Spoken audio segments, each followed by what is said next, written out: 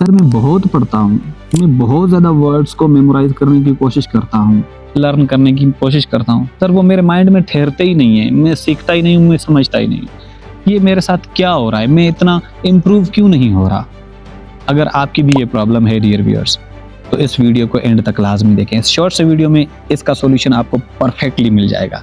Dear viewers, psychologically speaking हमारी memory के 3 parts होते हैं, sensory memory, short term memory and long term memory. जब बात आती है आपकी सेंसरी मेमोरी की, within second whatsoever you see you forget, and when it comes to your short term memory, for some seconds you can adjust the things in your mind and again you forget that thing. But when it comes to your long term memory, ऐसी चीज़ें जो आपको हमेशा याद रहें वो आपकी long term memory में सेव होती है।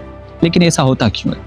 आपकी ज़िंदगी में कुछ ऐसे वाक़यात, स्पेशल इवेंट्स या कुछ ऐसे हादसात होते हैं जो कि आप कभी नहीं भूलते। होते तो एक बार हैं, लेकिन फिर भी आपको हमेशा अनफॉरगेटेबल क्यों रहते हैं? बाकी सारी चीज़ें जो कि आप अनफॉरगेटेबल रखना चाहते हो वो क्यों फॉरगेट कर जाते हो? रीजन है इंटेंसिटी का।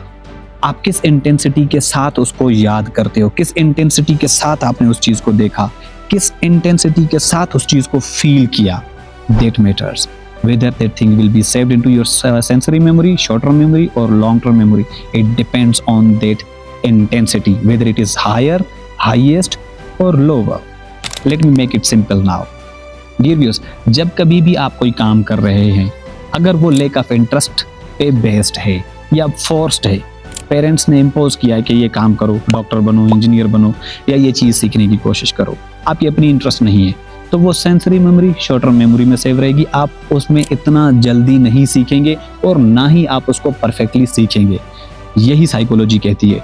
दूसरा पॉइंट, जब बात आती है आपकी अपनी इंटरेस्ट की, जितने भी ग्रेटेस्ट साइंटिस्ट रहे हैं, इन्वेंटर्स रहे हैं या फिर फिलोसोफर्स रहे हैं, उन्होंने उन चीज़ों में ग्रेट इंटरेस्ट दिखाई थी, इस वजह से उन्होंने इनोवेशन लाई। आप भी अगर अपने माइंड में एक रिवॉल्यूशन लाना चाहते हैं तो पहले रिकॉग्नाइज करें कि आपकी इंटरेस्ट है कि नहीं जो कि आप काम कर रहे हैं। अगर नहीं भी तो आप आर्टिफिशियली भी इंटरेस्ट क्रिएट कर सकते हैं उस काम में, उसका वैल्यू मैग्नीफाई करने के थ्रू कि भाई ये काम बहुत बेनिफिशियल है कम्युनिटी सर्विस के लिए, पर्सनली मेरे लिए, मेरी सोसाइटी के लिए, मेरे घर वालों के लिए। अगर उसके वैल्यू को एग्जैजरेट करना शुरू करेंगे तो उसमें आपकी इंटरेस्ट पैदा होना शुरू होगी, और जब इंटरेस्ट पैदा हो गई, जब आप इंटरेस्ट के साथ उस काम को करते हो तो वो आपकी लॉन्ग टर्म मेमोरी में सेव होती है। इसी तरह जब आप बुक रीडिंग कर रहे हो, पहले उस बुक के वैल्यू को मैग्नीफाई करो ताकि उसमें आपकी इंटरेस्ट बढ़े, फिर उस बुक को रीड करना शुरू करो।